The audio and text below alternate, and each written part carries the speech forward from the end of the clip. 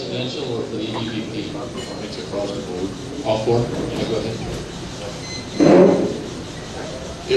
In 1987, we formed our union, and it was through the blood, sweat, and tears of hard work from our leaders that was able to develop us from scratch.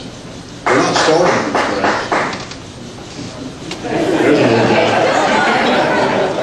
We're not starting from scratch. However, we do have a large amount of our membership that is retiring and being replaced with new members. A key component for whomever is elected president and or EVP should be a comprehensive plan to, in essence, reorganize our union because we will have so many new members. I would like to hear each candidate's plan to do such. We're going to start with the Executive Vice President candidates this time, and Trish, you get to go first. 3 minutes. 3 minutes. There is a gap between the workforce that I was hired in and currently work under and the last 3 to 4 years when those that were eligible started to leave our profession as their pay was frozen under the opposed work rules. I've seen it as I've gone around the facilities and met these individuals and listened to their issues. I've seen it as they come to NAC in Washington and try and learn and get involved in what they can do to right this wrong and put the profession back to where they heard and saw from whether it was their parents or friends and families what the profession was like before they took office. So there is that gap there. There are many things we can do to bridge that gap between the two generations. One of them is already started by this current executive board, which is the NAC Reloaded program. That program is in its infancy and it goes in depth on labor history and NACA history, and that is key to making them understand what unionism is about, why NACA, why NACA, why now. And without NACA, they need to understand without NACA, they have no voice in their workplace. So it needs to be more than just what can NACA do for them, what can they do to help NACA. And so that's all communication, that's all education, that's what I did in my opening. I think you have to do that to get them involved. Once you get them involved, I think they come to things like this, to NAC in Washington, Communicating for Safety, and as they've been lied to by the FAA, and deal with another one of their broken promises, and they become part of the NACA family, they begin to understand what this is all about. And so my plan is to bring them into the NACA family, educate them on what's important and what unionism is about, and move forward and improve the next generation through organizing efforts, recruitment efforts, and things of that nature.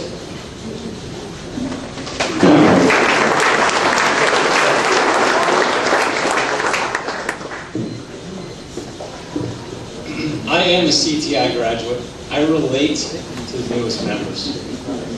I give orientation to every member that comes to Washington Center.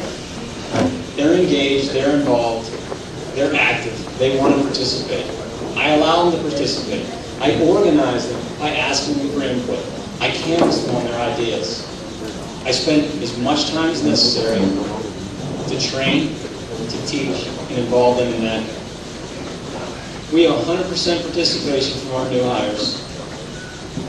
We need to teach them what a union can do. We need to show them what happens to Circuit City employees that aren't unionized. We need to show them what happens to Walmart employees that aren't unionized.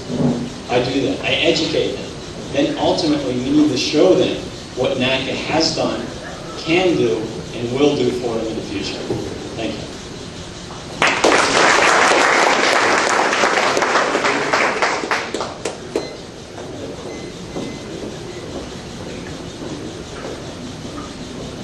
This is an important issue. We have about 3,000 people that have been hired in just the last couple of years. NACA is new to them, and we need to share the experience. But that's personal sharing. That's where it becomes most effective, when our people at the locals, at the field, talk about when NACA was successful, not in a nostalgic way, but in a progressive way that shows them how they can be part of it. I've always had this expression, and I started it when I went to my first lobby week, when I was just a little small controller, no bigger than this. And I call it the Big NACA love. And once we get you sucked into the Big NACA love, we pretty much have you for the rest of your career. And we've sucked a lot of people into that Big NACA love. And it is encouraging younger and younger people to go to lobby week, to go to the safety conference, but also to understand that they have a role to play that can affect the outcome in their jobs. It isn't just about teaching them this is what NACA does. It is teaching them this is you. You are NACA. Our team is each other. Our team happens when we are all working towards the same goal, and it could be little things. Right now at Miami Center, we're seeing people that have been in the union for 15 years stepping up and taking positions.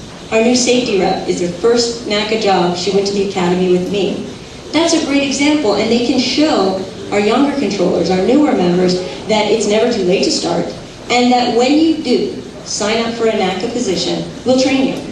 The biggest barrier to activism has always been people being afraid they won't know what they're doing. If we make it very clear that if you step up, we've got training, we'll take care of you, there's mentoring, and an effective mentoring program would be fantastic in this union because we can utilize the talent that we have before they go out the door. The FAA is wasting that talent, we should not. So in order to get people active, you have to show them what they can do, how it works, and how it succeeds. Success will get our young members active in this union and proud to be part of it.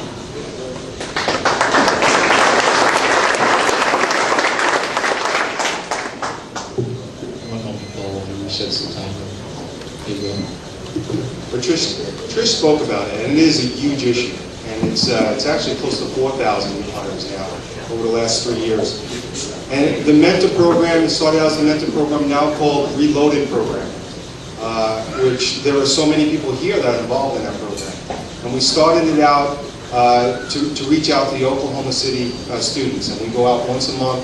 I go out there and Pat goes out there, Patricia's gone out there also, to talk to the students and just to inform them and teach them of who we are. We introduce ourselves for NACA, what we do for you, and explain to them. And then I open it up for questions and answers, and I tell them there's no dumb question.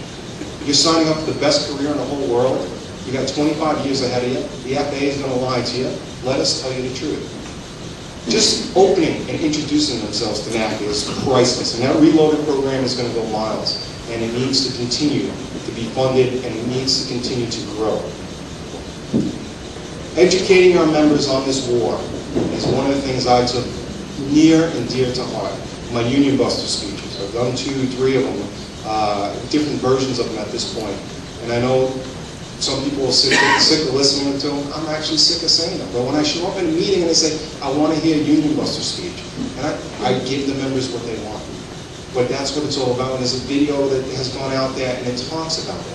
Because we must understand what this industry is. It's a multi-billion-dollar industry that is going to divide and attack us in every aspect we can. You know, Russ Miller's sitting in the back, and I'm going to steal a line from him because when he talks about that, he's part of the mentor program, the Reloaded program, and he says this great line. He says, when you introduce NACA, it's like the Verizon network.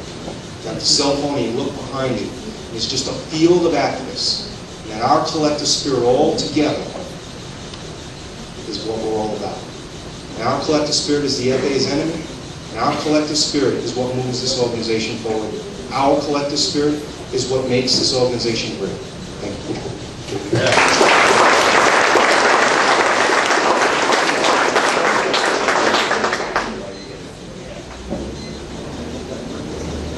Is there another question for the panel on the floor? All right. For our executive vice president candidates, Mr. Santa, would you please address what do you envision the role of the NACA executive vice president to be? You have 3 minutes. Absolutely.